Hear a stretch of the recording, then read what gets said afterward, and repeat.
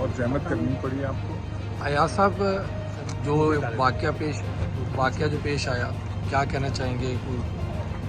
तो ये तो ऐसा वाकया है कि ये किसी के साथ भी ना हो, और इतना मुझे तो जब इसकी इत्तला मिली तो मैं बयान करूँ कि क्या इसका किसी पे ये बीते ऐसी चीज़, और ऐसा बहुत ही दिल को हिला देने वाली बात।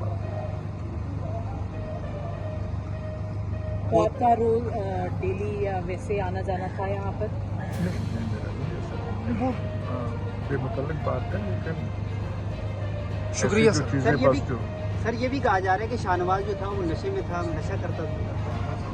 तो ये तो मेरे ख्याल में ये सारे वो लीगल चीज़ें, इसके बारे में अब मैं क्या कहूँ। मैं तो सिर्फ ये कह सकता हूँ कि ऐसा वाक़या किसी के साथ पेश ना हो, और ये सदमा किसी को उठाना ना हो। बहुत शुक्रिया सर, बहुत शुक्रिया। बचत होगी है काई साहब?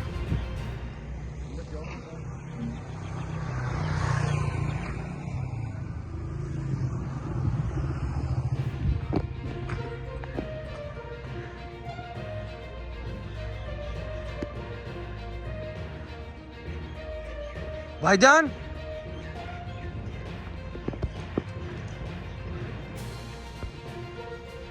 ये मेरे ख्याल में आगे लेकर जाएगी, पीछे एसपी भी आएगी।